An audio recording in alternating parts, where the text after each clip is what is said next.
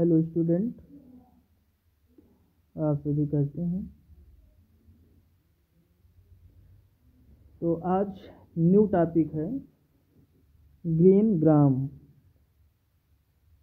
जैसे कि आप सभी लोग देख ही रहे हैं, इसमें फिगर में सभी लोग जानते होंगे ग्रीन ग्राम जिसे बोलते हैं क्या, मूंग।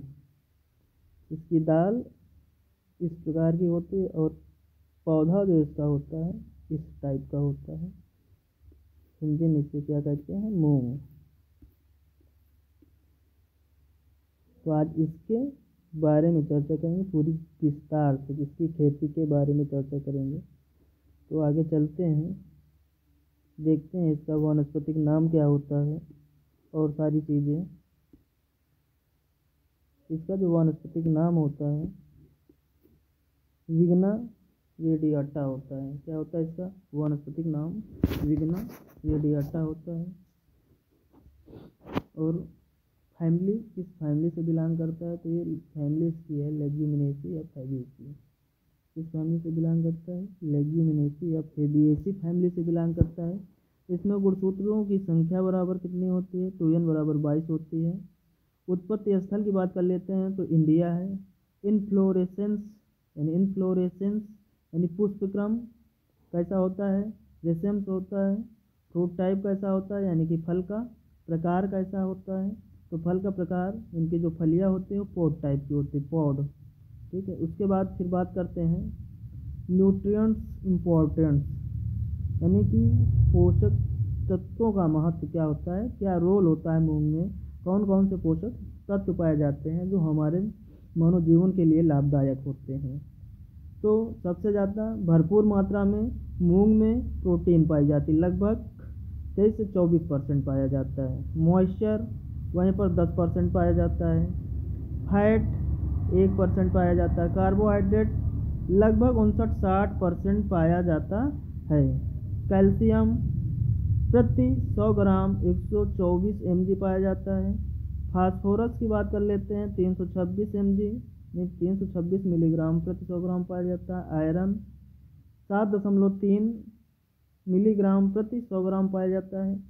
और जो क्लोरिफिक वैल्यू होती है वो 334 किलो कैलोरी ऊर्जा पाई जाती है। तो आपने जान लिया है इसमें कितने कौन कौन से पोषक तत्व पाए जाते हैं। फिर उसके बाद बात कर लेते हैं कुछ इनके इम्पोर्टेंट फैक्ट्स हैं, कुछ इसके इम्पोर्टेंट फैक्ट्स हैं। जैसे कि मूंग, इसका उपयोग क्या है। एक तो हम सबसे बड़ी चीज़ मूंग के दाल के रूप में प्रयोग करते हैं। दूसरा सूप के रूप में प्रयोग करते हैं। पशुओं के लिए चारे के रूप में इस्तेमाल करते हैं।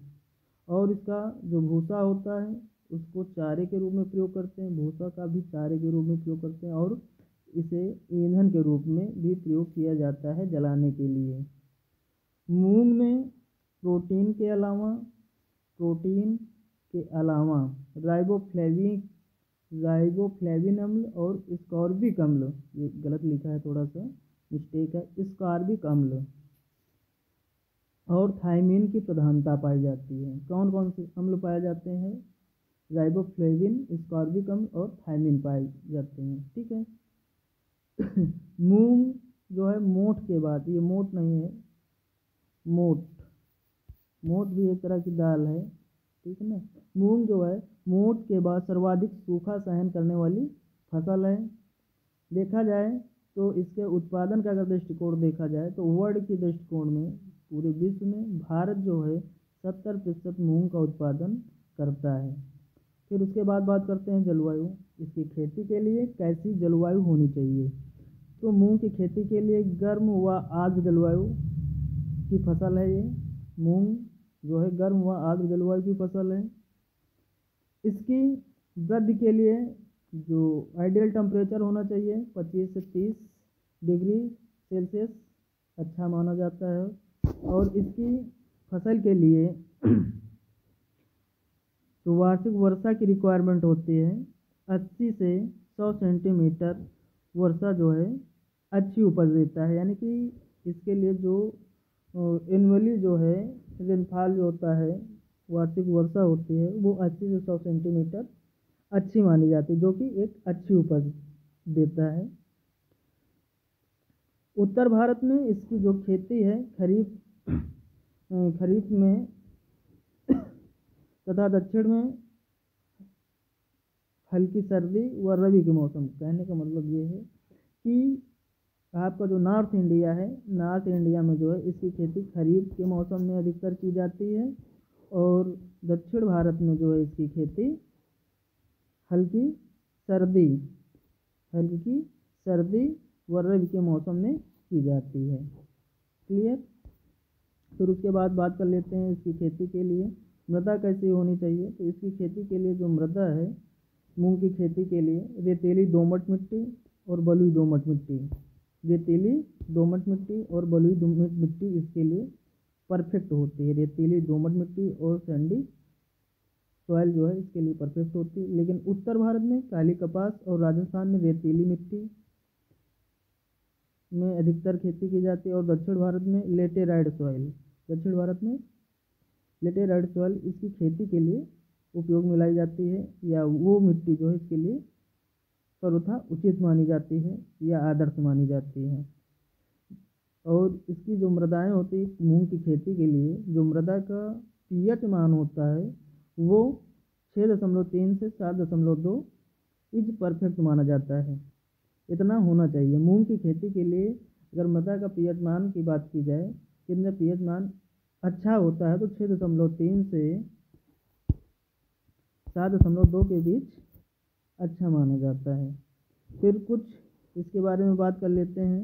इसकी कुछ इम्पॉर्टेंट वैरायटियाँ हैं।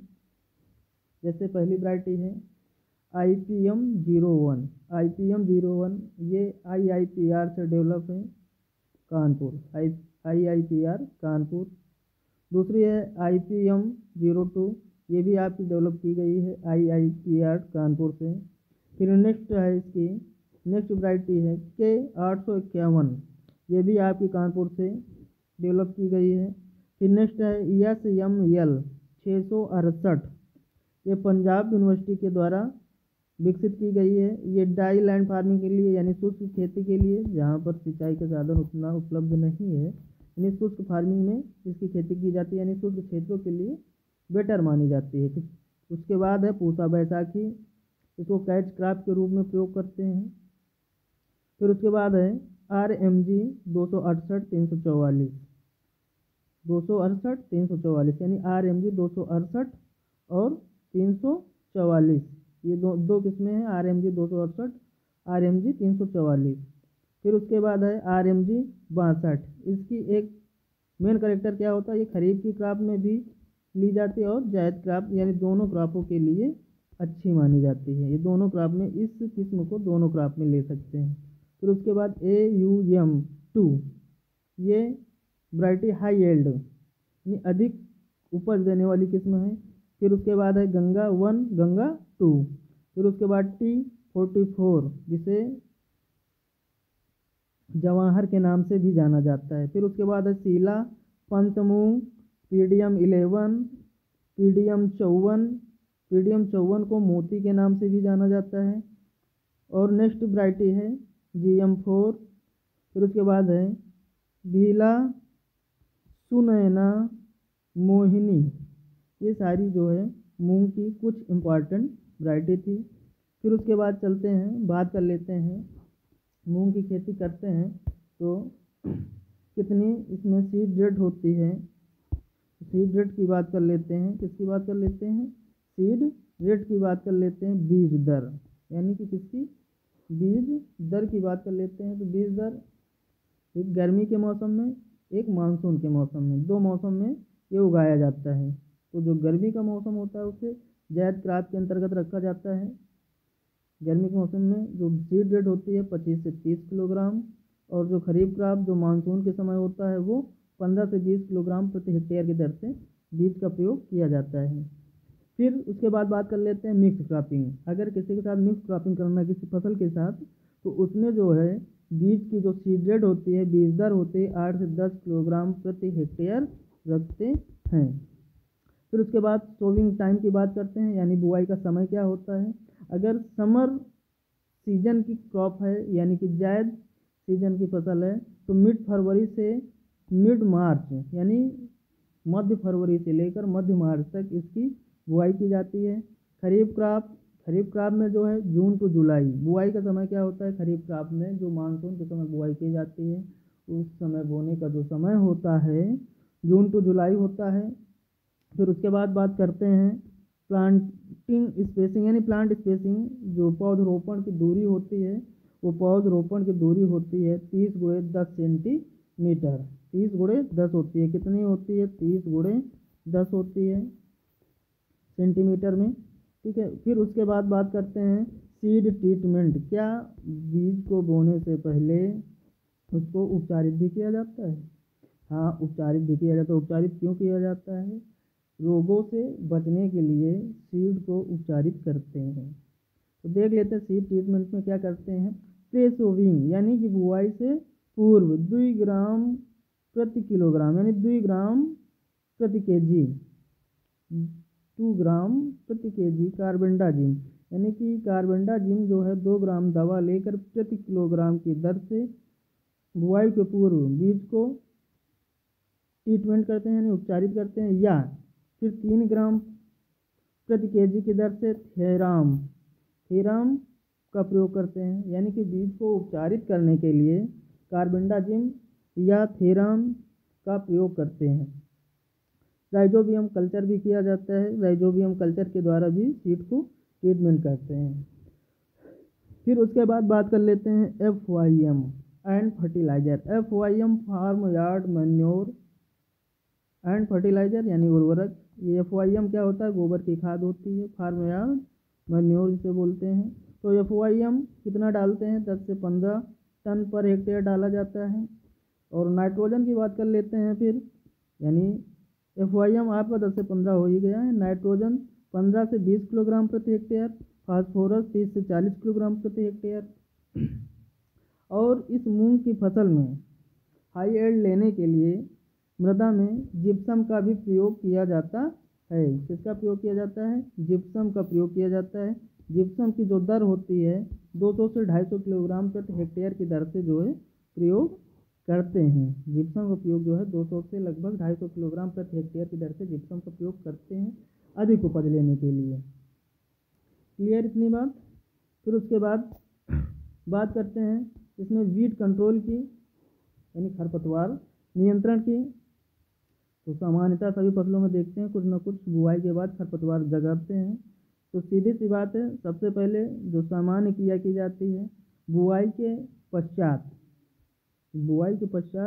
पहली जो कृषण क्रिया होती है निराई गुड़ाई करने के समय जो है खरपतवार हट जाते हैं। अगर उनसे भी कंट्रोल नहीं होता है या उनके बाद भी कहने का मतलब कुछ खरपतवार आ जाते हैं यानी कुछ ज़्यादा ही मात्रा में आ रहे हैं तो उसमें फिर रसायन का प्रयोग करते हैं।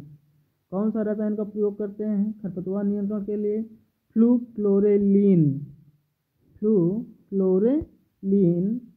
1 किलोग्राम का प्रयोग करना चाहिए। फ्लूक्लोरेलीन 1 केजी का प्रयोग करना चाहिए प्रति हेक्टेयर की दर से। ठीक है। फिर उसके बाद बात कर लेते हैं हार्वेस्टिंग स्टेज की यानी कि तुड़ाई की अवस्था। मूंग की फसल कितने दिन में तैयार हो जाती है और कब इसकी कटाई की जाती है, क्या समय होता है, उसके विषय में बात करेंगे। तो बात कर लेते हैं बहुत सी ऐसी किस्में हैं जो 60-65 दिन में भी तैयार हो जाती हैं। जैसे IPM वैरायटी है कानपुर के द्वारा निकाली गई है, वो 60 से 65 दिन में तैयार हो जाती है। लेकिन बहुत सी ऐसी किस्में हैं जो कि 60 दिन में नहीं तैयार होती हैं। लगभग मूंग की फसल जो है जो सामान्यतः देखा गया है 80 से 100 दिन के बाद कटाई के लिए तैयार होती हैं। कितने दिन बाद? 80 से 100 दिन के बाद कटाई के लिए तैयार हो जाती हैं। सामान्यतः इनकी फलियां जो है पकने पर हरे काले रंग की हो जाती है, हरे काले रंग की पड़ जाती है। मूंग की कटाई अगर सही समय पर कटाई हुआ तोड़ाई अगर सही समय पर न की जाए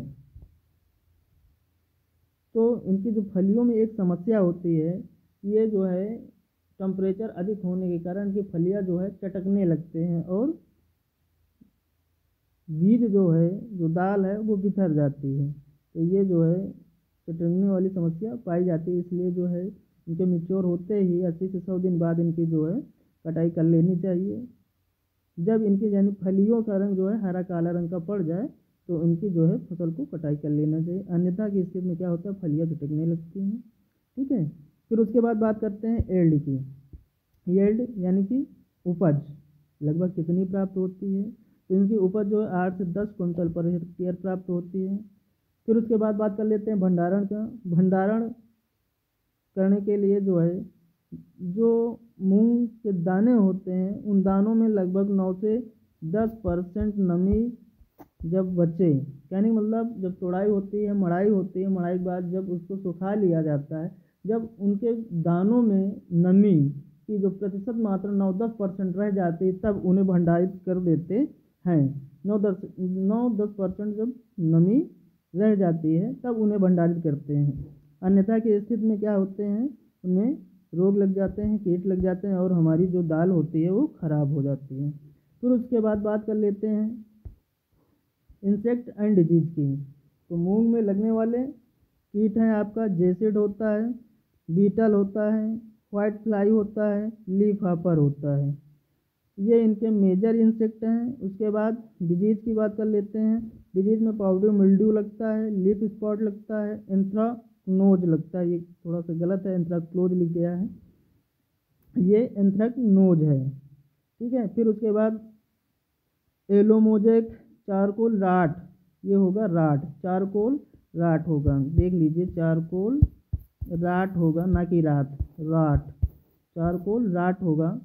ठीक है, ये इतने सारे रोग लगते हैं। जैसे पाउडर मिल्ड्यू है, ये जो है किस पैथोजन के कारण लगता है, तो पोडोस्फेरा फस्का के कारण लगता है, ये पैथोजन है इसका।